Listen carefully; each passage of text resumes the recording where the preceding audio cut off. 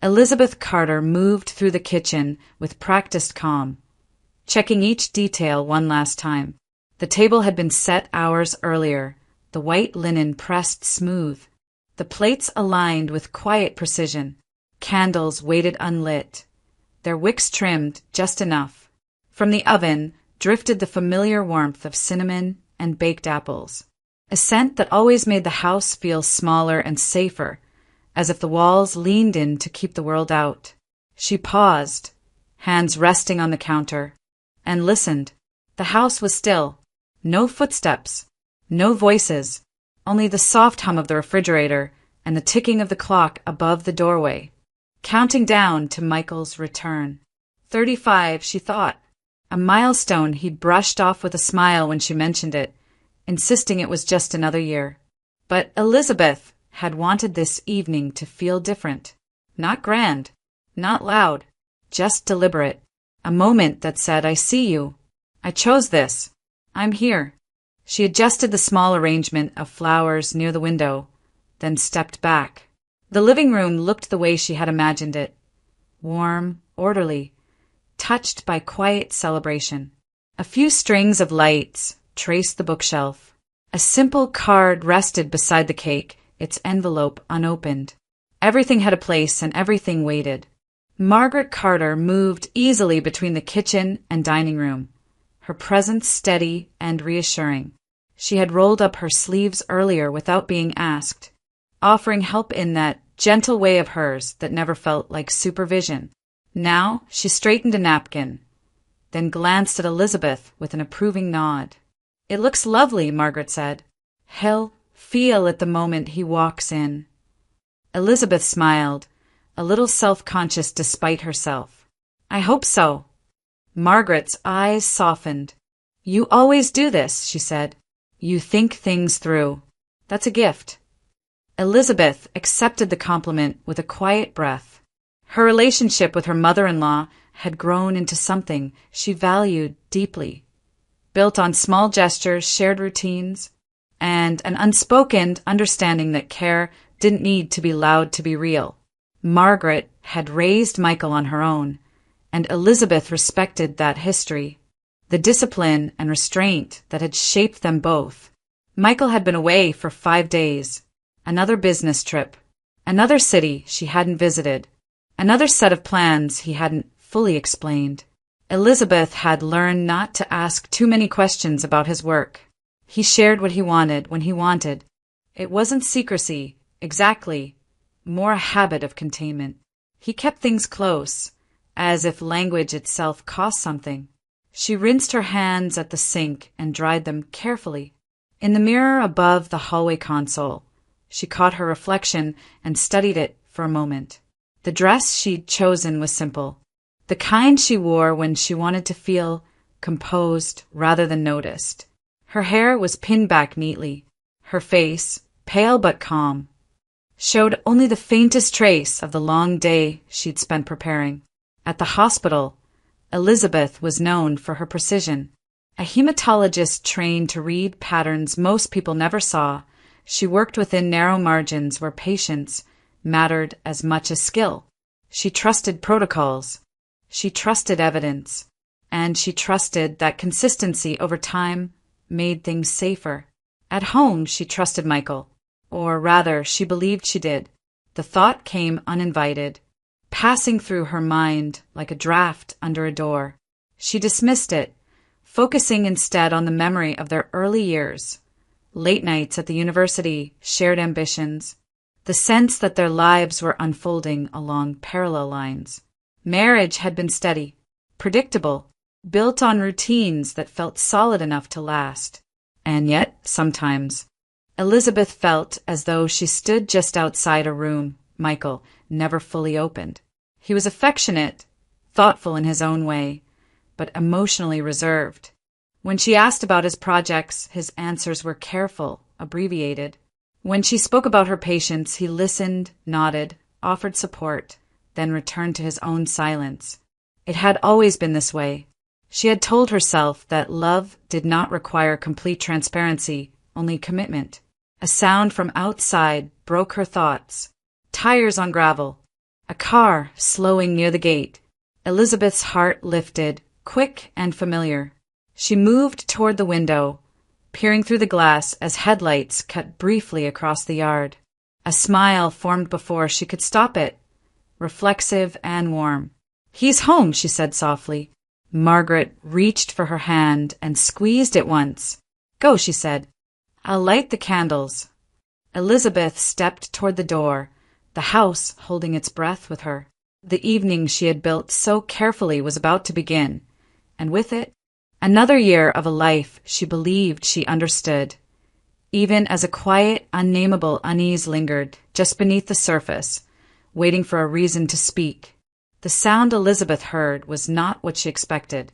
She had imagined Michael's familiar sedan pulling into the driveway, the soft rattle she recognized even before seeing it. Instead, the engine outside was quieter, deeper, carrying a confidence that didn't belong to anything she knew.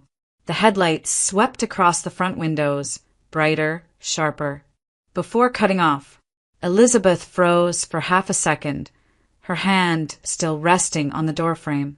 "That's not his car," Margaret said gently from behind her. Elizabeth didn't answer. She stepped forward and opened the door. Michael stood in the driveway beside a sleek, dark-colored luxury vehicle, its surface reflecting the porch light like polished glass. He looked relaxed, almost pleased with himself, his coat draped casually over one arm. When he saw Elizabeth, his expression broke into a wide smile. "Well," he said, spreading his hand slightly, "happy birthday to me." Elizabeth blinked, her gaze moving from his face to the car and back again. For a moment, words failed her. The vehicle was unmistakably expensive, newer than anything they owned. Immaculate.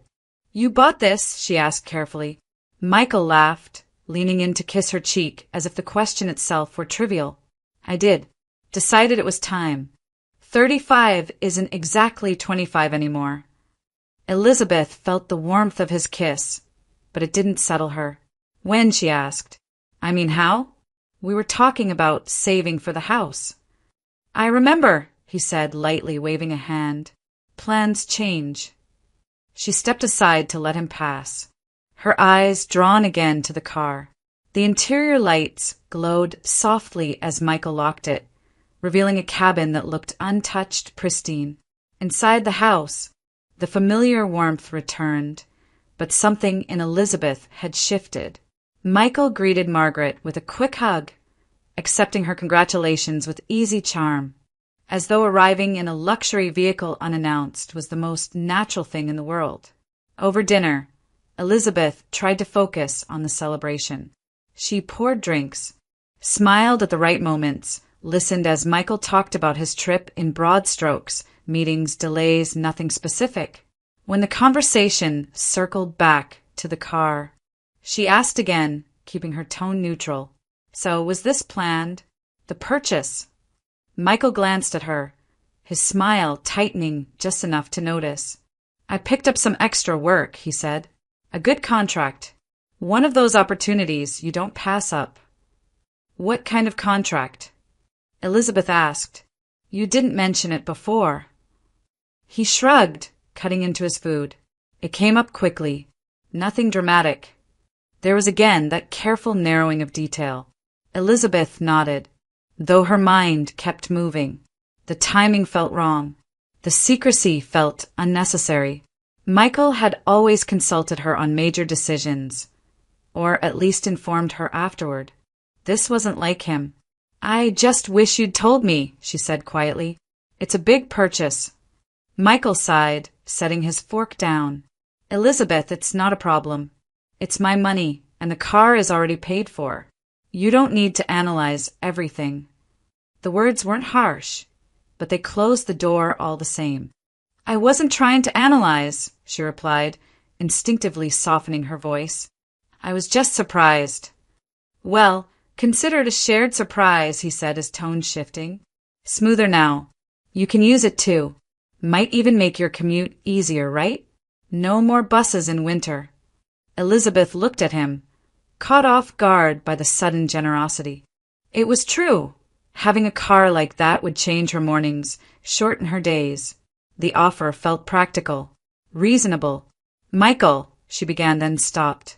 She didn't know how to frame the unease forming beneath her ribs without sounding accusatory. "I just didn't expect it." He reached across the table and covered her hand with his. "That's all this is," he said. "An unexpected upgrade. Nothing more." She smiled back, returning the gesture because that was easier than pressing further.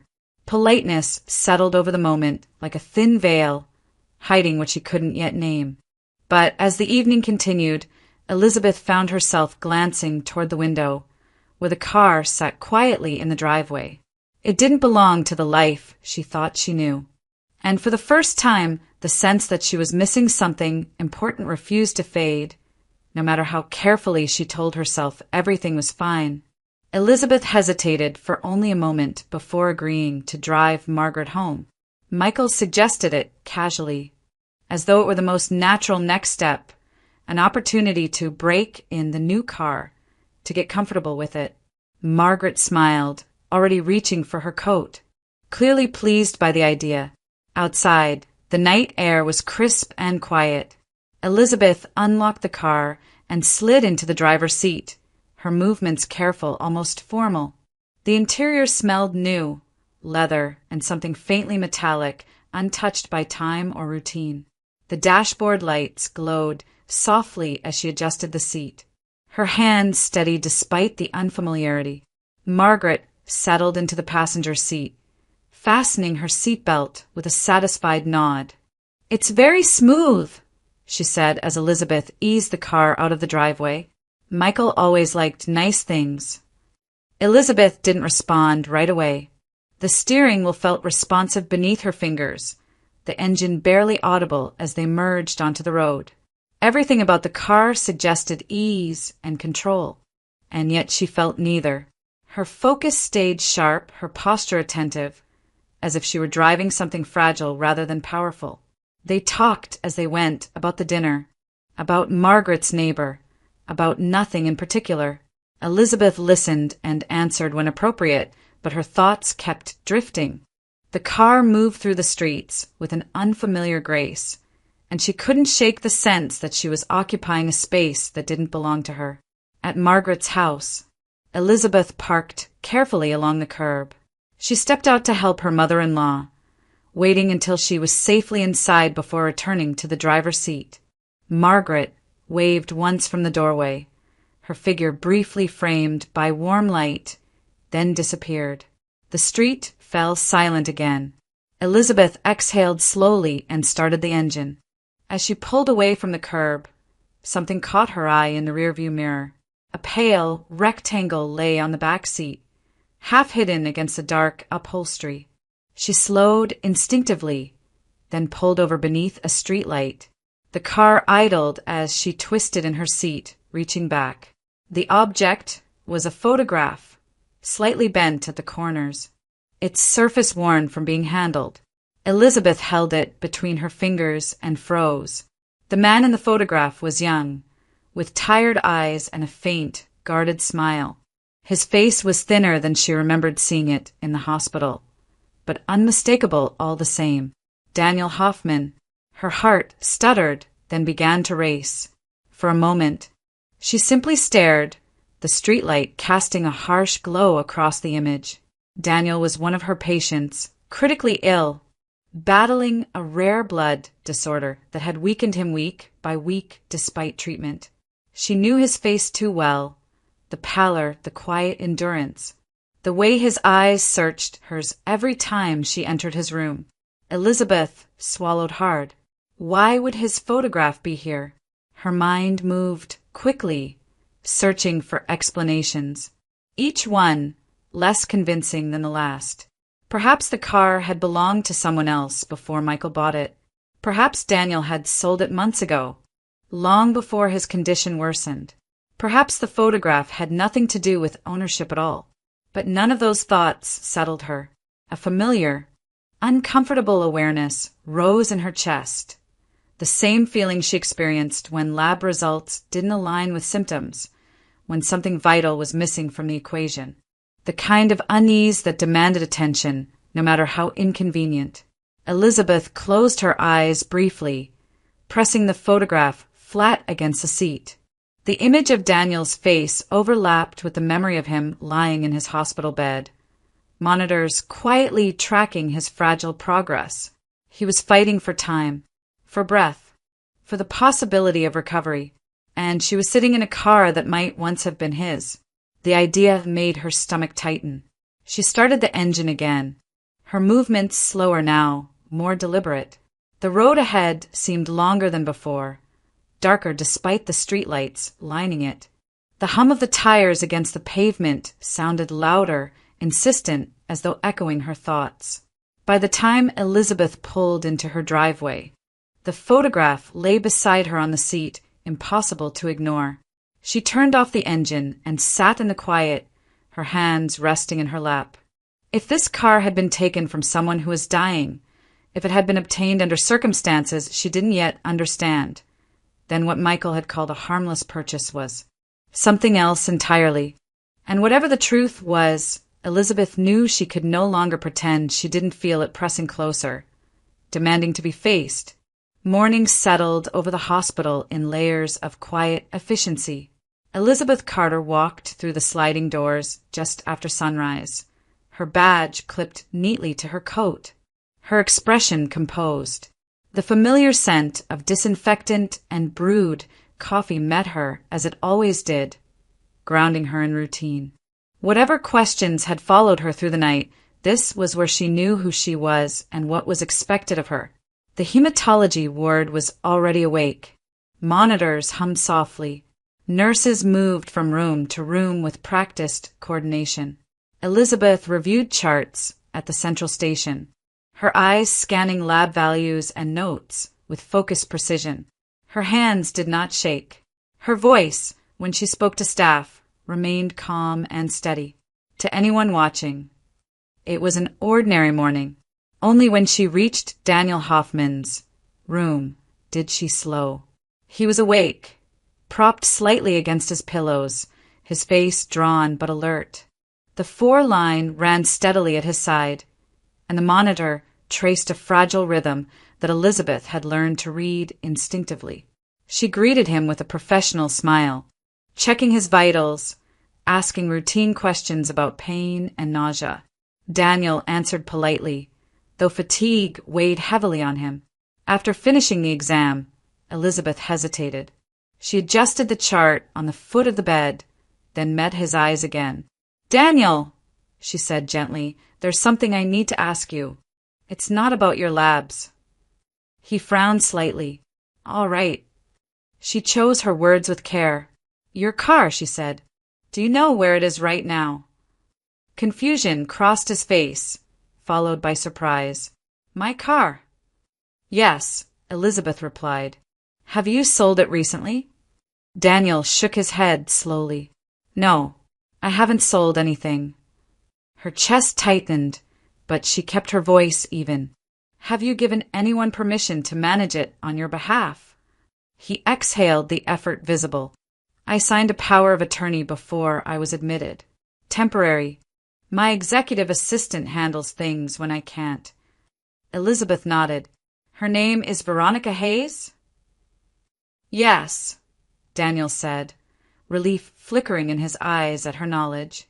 "She's been with me for years. She was supposed to take the car out of storage and make sure everything was maintained. I haven't driven in months." Elizabeth's fingers pressed lightly into the clipboard. "Just to be clear," she said, "you never authorized a sale?" "No," Daniel said firmly. "Absolutely not." The silence that followed felt heavier than any diagnosis Elizabeth had delivered. She forced herself to breathe normally, to maintain the professional distance she had trained herself to keep. "Thank you," she said. "That's all I needed to know." As she left the room, the corridor seemed narrower than before. The soft sounds of the ward, the beeping monitors, the murmur of voices, blurred at the edges. The facts arranged themselves in her mind with clinical clarity. The car should not legally belong to her husband. Whatever transaction had taken place, It had not been Daniel's decision. And Veronica Hayes was no longer a distant name. She was a presence, one that now hovered uncomfortably close to Elizabeth's personal life. Elizabeth returned to her duties, moving through the ward with measured efficiency. She reviewed blood counts, adjusted treatment plans, answered questions from residents. Her training held her steady, even as her thoughts circled the same conclusion again and again. This was not a misunderstanding. Later that morning, she met briefly with a junior physician to discuss a patient's response to therapy. Her explanations were clear, authoritative, precise. She cited studies, weighed risks, made decisions without hesitation. The work anchored her, reminding her that competence was not something she had to question. Yet beneath that control, anxiety pressed quietly, insistent but contained. Elizabeth had spent her career learning to trust evidence over instinct. Now, the evidence was beginning to speak. During a short break, she stood by the window at the end of the hall, looking out over the parking structure below. Cars came and went in steady lines, anonymous and interchangeable. Somewhere among them was the one Michael had driven home so proudly the night before. She thought of his casual dismissal, the ease with which he had brushed aside her questions, the confidence in his voice when he spoke of money and opportunity. And now she knew something he either did not or did not want her to understand. When Elizabeth returned to her office, she closed the door and sat at her desk, hands folded neatly in front of her. For the first time since seeing the photograph, the uncertainty sharpened into something unmistakable. This was no longer a feeling she could ignore. Something was deeply wrong, and it had crossed a line from suspicion into certainty. Daniel Hoffman's condition began to decline just after noon. Elizabeth noticed at first in the numbers, subtle shifts that might have gone unnoticed by someone less familiar with his case. His platelet count dropped faster than expected. His blood pressure wavered. The fatigue in his eyes deepened into something heavier, something that no amount of encouragement could lift. By early afternoon, the atmosphere in the hematology ward had changed. Conversations lowered. Nurses exchanged brief looks as they adjusted medications and checked monitors more frequently. Elizabeth remained at Daniel's bedside longer than usual, reviewing his chart again and again, searching for a variable she might have missed. She hadn't. The disease was advancing, unpredictable and aggressive. But moving him now, she knew, would be reckless. The call came shortly after. Elizabeth was asked to attend an emergency meeting with hospital leadership. She entered the conference room to find several senior physicians already seated, along with Dr. Victor Reynolds, the hospital's chief medical officer. The tone was formal, strained. "We've reviewed Mr. Hoffman's case," Dr. Reynolds began, folding his hands on the table. "Given the complexity of his condition, we believe he would benefit from transfer to a specialized facility out of state. They have equipment we don't." Elizabeth didn't sit. She remained standing, her chart tucked under one arm. "With respect," she said calmly, "Daniel is not stable enough to be moved. The transport alone could trigger a catastrophic event." One of the physicians shifted in his chair. "There are risks either way." "Yes," Elizabeth replied, "but one option gives him a chance. The other could kill him before he even arrives." Dr. Reynolds's expression hardened. "You're asking this hospital to assume significant liability." "I'm asking you to let me continue treating my patient," Elizabeth said. "Here, where I can monitor him minute by minute." The discussion escalated quickly. Words like protocol, exposure, reputation filled the room. Elizabeth listened, responded when necessary, but her position did not change. She had seen this before when caution was framed as resistance, when ethical judgment was weighed against institutional fear. Finally, Dr. Reynolds leaned back in his chair. "If you refuse the transfer," he said, "you will need to document that decision in writing. Full responsibility. Elizabeth met his gaze. Her pulse thudded in her ears, but her voice remained steady. "I understand." The document was placed in front of her minutes later. She read it carefully. The language was clear, uncompromising. By signing, she would assume personal accountability for the outcome, good or bad. Her hand hovered over the pen for a brief moment. Then she signed. When Elizabeth left the conference room, exhaustion settled over her like a weight. The corridor outside felt unusually long, each step echoing more loudly than before. She was acutely aware of her isolation, professionally cornered, emotionally unsupported. The feeling was familiar. At home, Michael had closed himself off in much the same way, present yet unreachable. Questions deflected, concerns minimized. Now, in a different arena, Elizabeth stood alone again, defending a decision others were unwilling to share. Later that afternoon, she stepped outside the building for air. The sky hung low and gray, threatening rain. Near the side entrance, Samuel Brooks was sweeping the walkway, his movements slow but deliberate. He nodded when he saw her. "Tough day," he asked kindly. Elizabeth managed a tired smile. "Something like that." Samuel paused, resting both hands on the broom handle. "Hospital's been on edge lately," he said. "Always is when something serious comes up." She nodded, grateful for the small talk. Samuel hesitated, then added almost casually, "You know, folks don't realize how much ends up on camera around here. Cars, hallways, garages, even some personal setups. Hidden cameras are everywhere these days." Elizabeth looked at him, her attention sharpening despite her fatigue. "Hidden cameras?" "Sure," Samuel said with a shrug.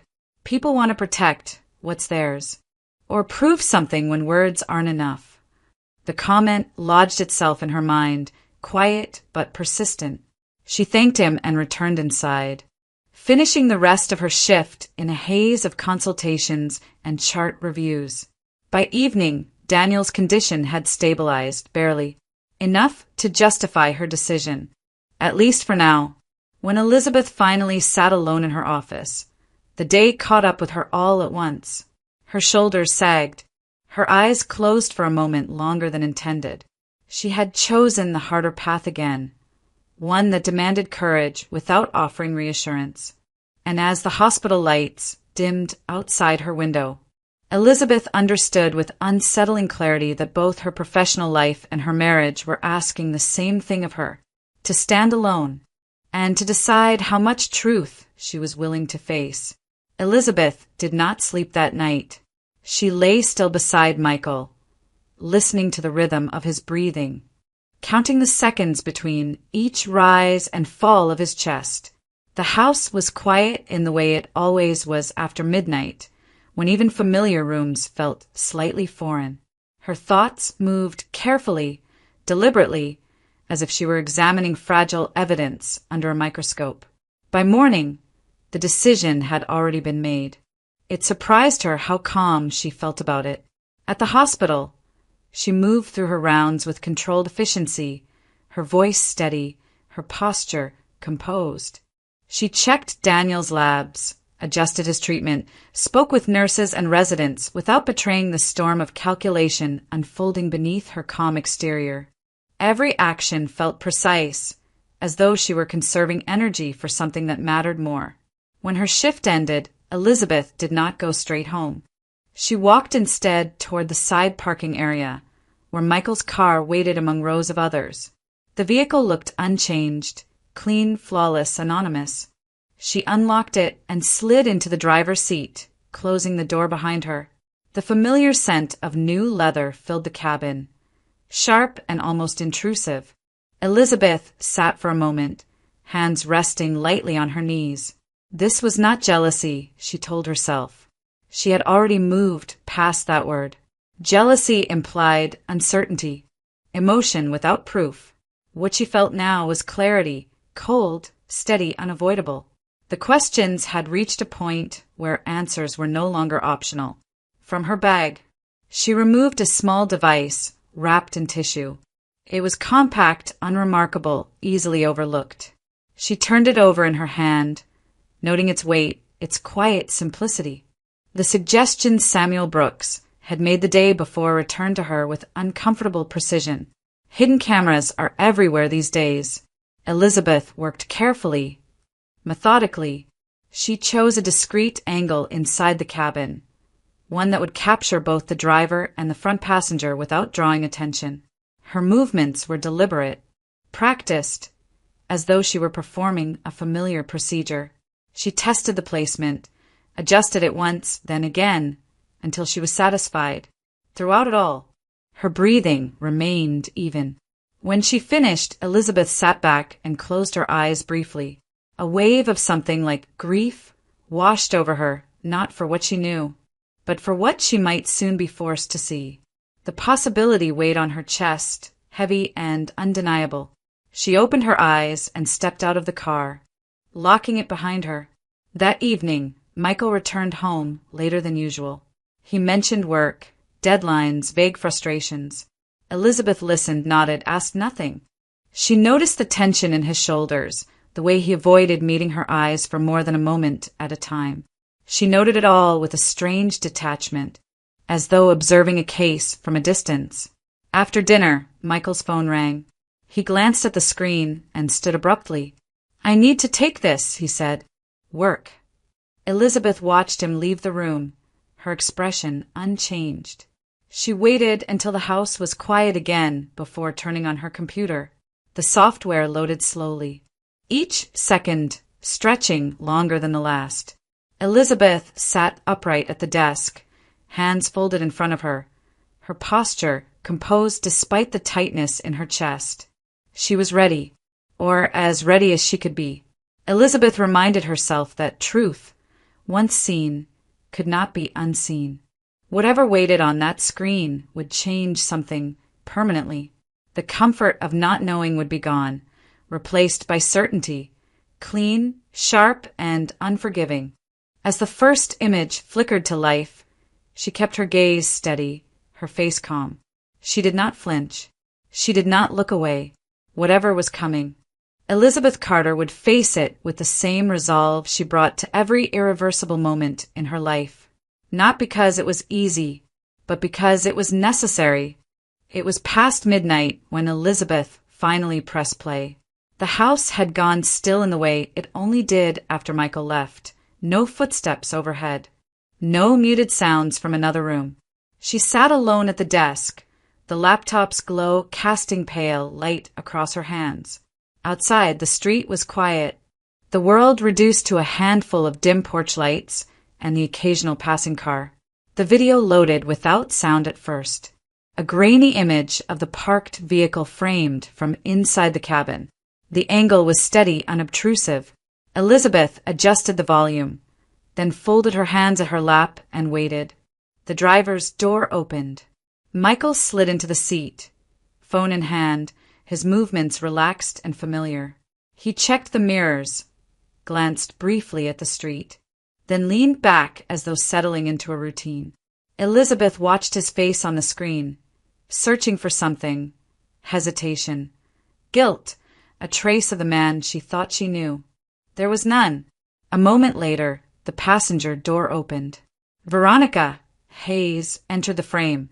Elizabeth's breath caught, sharp and silent. Veronica was younger than she had expected, composed, confident in the way she moved. She closed the door behind her and turned toward Michael with an ease that left no room for doubt.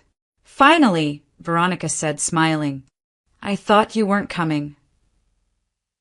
Michael laughed softly. "I had to make it look normal." They leaned toward each other, and the space between them disappeared. The kiss was unhurried, practiced, nothing impulsive about it. Elizabeth felt the impact not as shock, but as a hollowing sensation, as if something inside her had simply given way. She did not look away. Their conversation unfolded with cruel clarity. "You handled the paperwork?" Michael asked, his voice low. "Of course," Veronica replied. "The car was easy. He never questioned me. Signed everything when he still could." Elizabeth's fingers tightened against her palms. And the rest? Michael pressed. Veronica shrugged lightly. Once he's gone, it won't matter. The business is already half under our control. We just need time. Michael smiled, the expression casual, satisfied. Then we wait. Elizabeth stared at the screen, the words settling into her with methodical precision. There was no ambiguity, no misunderstanding to cling to. This was not a moment of weakness. It was a plan, a shared one. They spoke of Daniel Hoffman as if he were already absent, an obstacle fading into irrelevance. Elizabeth thought of his quiet endurance, the effort it took him to sit upright in bed, the way his eyes searched hers for reassurance. The contrast was unbearable. Veronica leaned closer. Once everything's settled, she said, we won't have to hide anymore. Michael's hand found hers. Soon. Elizabeth felt something inside her detach completely. She closed her eyes for a brief second, then opened them again, forcing herself to continue watching. She needed to see it all, to let the truth run its full course without interruption. The video ended a few minutes later. The screen went dark, reflecting her own face back at her, pale, unmoving, strangely distant. Elizabeth sat there, unable to feel anything fully. The devastation arrived without drama, without tears. It was quiet, absolute, a clean fracture. This was the point of no return. She shut the laptop slowly and leaned back in her chair. The room felt unfamiliar, as though it belonged to someone else. Every memory she shared with Michael, every conversation, every shared plan, rearranged itself in her mind, taking on new shapes, new meanings. The man she had married was gone, or perhaps he had never been there at all. Elizabeth stood and walked to the bedroom. The bed was untouched, cold on Michael's side. She did not sit. She did not lie down. She simply stood there, absorbing the finality of what she had seen. There would be no explanations worth hearing, no apologies capable of repair. Her marriage had ended in that car, captured in quiet, unfiltered truth.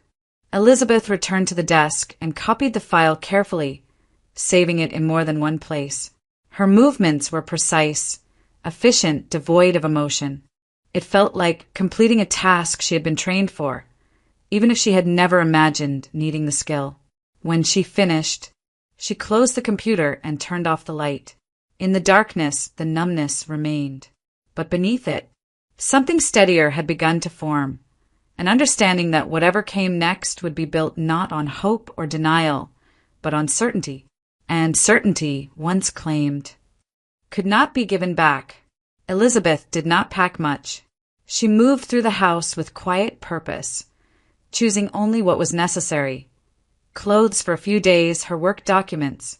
The small things she knew she would need to feel anchored. The rest she left where it was. Photographs stayed on the shelves. Books remained untouched. There was no impulse to erase the life she had lived here, only the certainty that she could not stay inside it any longer. The night air was cool when she stepped outside, the street nearly empty.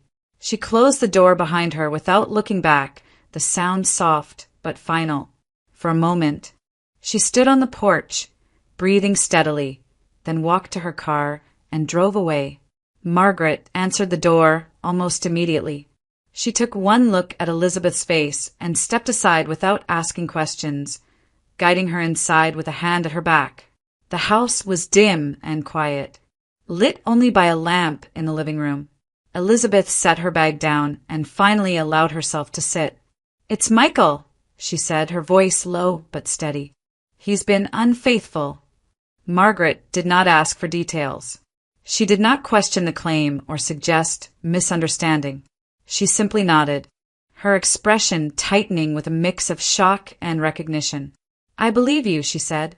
The simplicity of the response nearly undid Elizabeth. She swallowed and nodded in return. "I saw it," she added. "I have proof." Margaret reached for her hand and held it firmly. "Then you're safe here," she said. "You don't need to explain anything tonight." Elizabeth stayed. She slept for a few hours on the couch, waking just before dawn to the muted sounds of the house stirring. For the first time in days, the tightness in her chest eased slightly. Michael called later that morning. "Where are you?" he demanded as soon as she answered. "I came home and you weren't there." "What is this?" Elizabeth closed her eyes briefly. "You know where I am," she said. "At your mother's."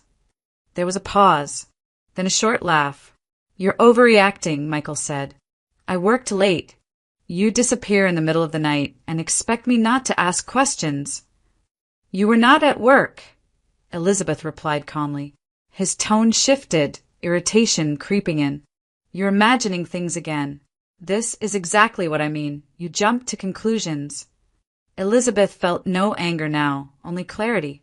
"I installed a camera in your car," she said. "I saw everything. I heard everything." Silence filled the line, heavy and unmistakable. "That's ridiculous," Michael said finally. "You wouldn't dare."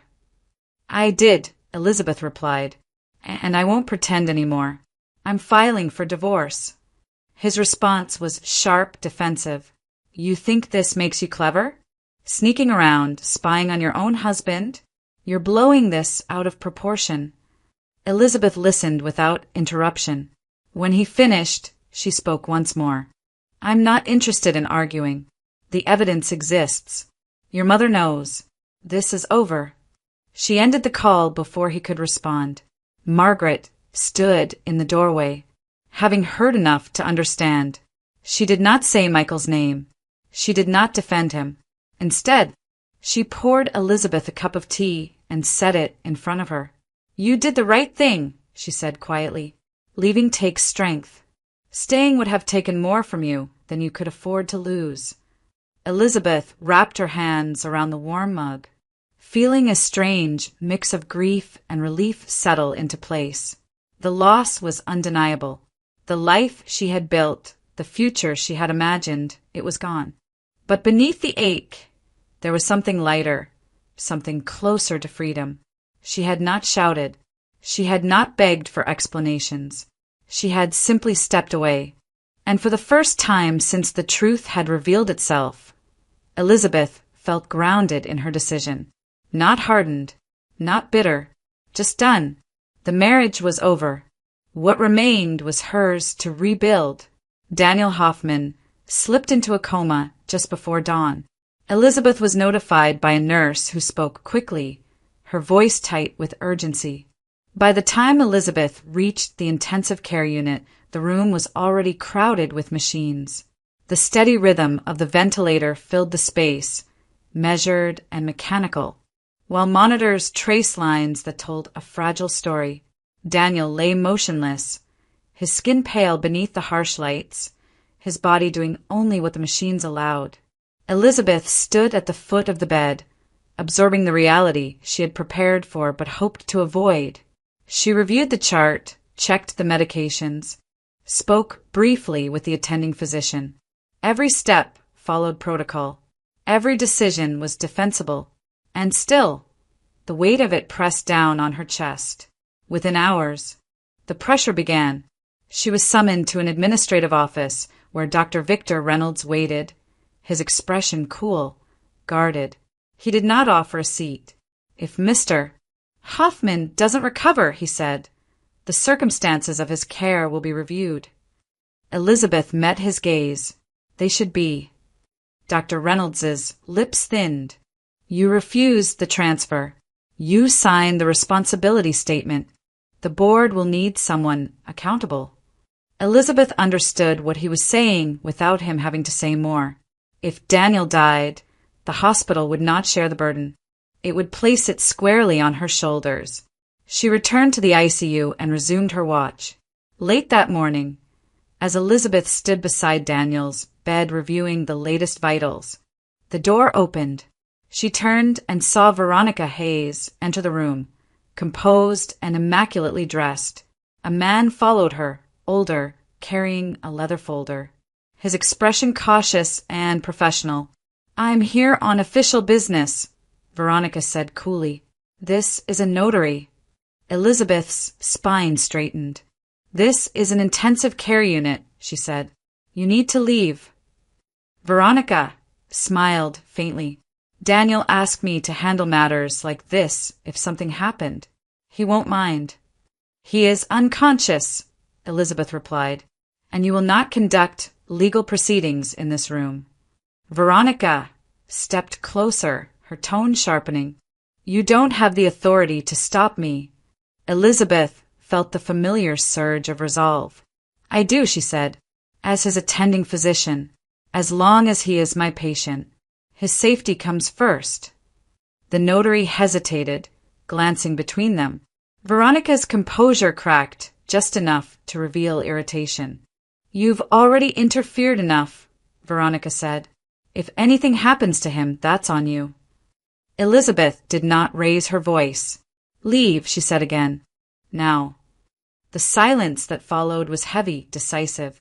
Veronica stared at her for a moment longer, then turned sharply and exited the room. The notary followed without a word. Elizabeth closed the door behind them and stood still, listening to the machines resume their steady dominance of the space. Her hands trembled briefly, then steadied. She remained with Daniel through the day and into the night. The hours blurred together. Medication adjustments, consultations, moments of waiting punctuated by sudden alarms. Elizabeth slept in a chair when she could, waking at the slightest change in sound. She spoke to Daniel in a low, steady voice, explaining procedures, offering reassurance even though he could not respond. Days passed. The hospital grew tense. Conversations hushed when Elizabeth entered a room. She felt eyes on her in the corridors, heard fragments of speculation she pretended not to notice. She was isolated now in a way that left no room for doubt. Then, one morning, Daniel's fingers moved. Elizabeth noticed the change immediately. A slight twitch, barely perceptible. She leaned forward, watching closely. A moment later, his eyelids fluttered. "Daniel," she said softly, "can you hear me?" His eyes opened slowly, unfocused at first, then gradually clearer. He breathed out, shallow but deliberate. Relief washed over her so strongly she had to steady herself against the bedrail. Recovery was slow and uneven. Daniel remained weak, disoriented at times, but his progress was undeniable. As he regained strength, Elizabeth explained what had happened, carefully without embellishment. When she told him about the attempted will, about the car, about Veronica, his reaction was quiet but resolute. "Report it," he said. "All of it." Elizabeth did. The evidence spoke clearly. The video recordings left little room for interpretation. Veronica Hayes was charged with fraud and abuse of power of attorney. Michael Carter's involvement was exposed through the same footage. His voice, his agreement, his plans laid bare. Criminal proceedings followed swiftly. Elizabeth did not attend the hearings. She did not need to. The outcome was no longer hers to manage. Justice moved forward without her involvement, deliberate and unyielding.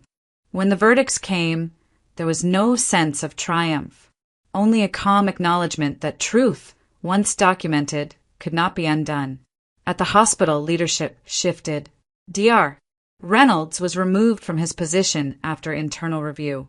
His attempt to deflect responsibility laid out alongside the facts. Elizabeth was called into a meeting weeks later, not for reprimand but recognition. "You did the right thing," one board member said simply. "Under pressure." Elizabeth nodded, accepting the words without celebration. As Daniel continued his recovery, Elizabeth visited him regularly, their conversations quiet and unforced. There was no urgency, no expectation, only the shared understanding that survival had changed them both. For the first time in months, Elizabeth felt the weight begin to lift. The storm had not passed quietly, but it had passed, and in its wake, justice had begun, measured, imperfect, and real. Michael Carter was sentenced on a gray morning that matched the tone of the proceedings. There were no dramatic statements, no raised voices, only the measured recitation of facts and consequences. His actions had been documented, corroborated, and examined from every angle. The evidence spoke with a clarity that no explanation could soften. When the ruling was delivered, it landed with finality, not spectacle. Elizabeth did not attend the sentencing. She read the outcome later, alone, and felt neither satisfaction nor relief. Only a quiet sense of closure. The truth had done what truth does when left undisturbed. It had held. At the hospital, change came more slowly, but it came all the same. Internal reviews concluded. Policies were revised. Leadership shifted. The culture that once prized appearances over accountability began, cautiously, to recalibrate. Elizabeth was called into a meeting she assumed would be procedural. Instead, she was offered a promotion, recognition not for outcomes but for conduct. "You acted with integrity under pressure," the board chair told her. "That matters here." Elizabeth accepted without ceremony. Titles did not interest her as much as the work itself, the daily decisions, the careful weighing of risk and care. Still, the acknowledgement steadied something in her. It affirmed what she had chosen when standing alone had been the only option. Daniel Hoffman's recovery unfolded at its own pace. Some days were stronger than others. Progress came in increments, a longer walk down the hall, a steadier appetite, a clearer memory. Elizabeth remained his physician, nothing more. And for a time that was enough. Their conversations were practical, restrained, built on mutual respect rather than expectation. It was only after months had passed, after Daniel was discharged, after routines returned, that their connection shifted almost without notice. They began meeting for coffee. Then dinner. There were no grand declarations. No ruse. Just the quiet recognition of shared ground, a mutual understanding of what had been lost, and what it meant to rebuild without illusion. They spoke honestly. They listened. They allowed time to do its work. Samuel Brooks appeared one afternoon at the hospital, hat in hand, a familiar kindness in his eyes. He asked Elizabeth if she had a moment. She followed him to the bench outside, where the late sun warmed the stone. "There's a boy," Samuel said. "Leo. He's been in and out of temporary placements. Good kid. Quiet. Smart." Elizabeth listened, heart attentive but cautious. "Daniel mentioned you were thinking about adoption," Samuel added. "I thought maybe this was worth bringing to you." The process was long and careful, as it should have been. Home visits, interviews, waiting. Elizabeth and Daniel moved through it together, deliberate and patient. When Leo finally arrived, he stood in their doorway with a small backpack and an expression that held more questions than hope. Elizabeth knelt to his level and told him the truth. "You're safe here," she said, "and you're welcome to stay." He believed her slowly. Life did not transform overnight. Healing rarely does. There were moments of doubt, nights when memories pressed close, days when fear surfaced uninvited. But there was also laughter, quiet routines, the steady comfort of presence. Leo found his footing. Daniel found strength. Elizabeth found something she had not known to ask for. Peace without denial. The news came later, almost incidentally. A routine appointment, a confirmation. Elizabeth sat in her office afterward, hands resting on the desk, absorbing the reality of it. She told Daniel that evening. He listened, then smiled, the kind of smile that holds both gratitude and responsibility. They did not pretend the past had vanished. It remained, a part of them, informing choices rather than dictating them. Healing, Elizabeth learned, was not the erasure of pain, but the growth that followed it. Love, when built on truth, did not need urgency. Justice, when it arrived quietly, did not need applause. And integrity, though costly, returned something dishonesty never could, self-respect that endured. Elizabeth often thought of the moment she chose certainty over comfort, and how alone that choice had felt at the time. Courage, she understood now, rarely announces itself. It looks like isolation before it looks like strength, like silence before resolution. If you're listening, she would say, consider the moments when truth asked something of you. Consider what it cost and what it returned. Would you have chosen the same path? Would you have stood where Elizabeth stood? Share your thoughts. Your answers matter more than you think.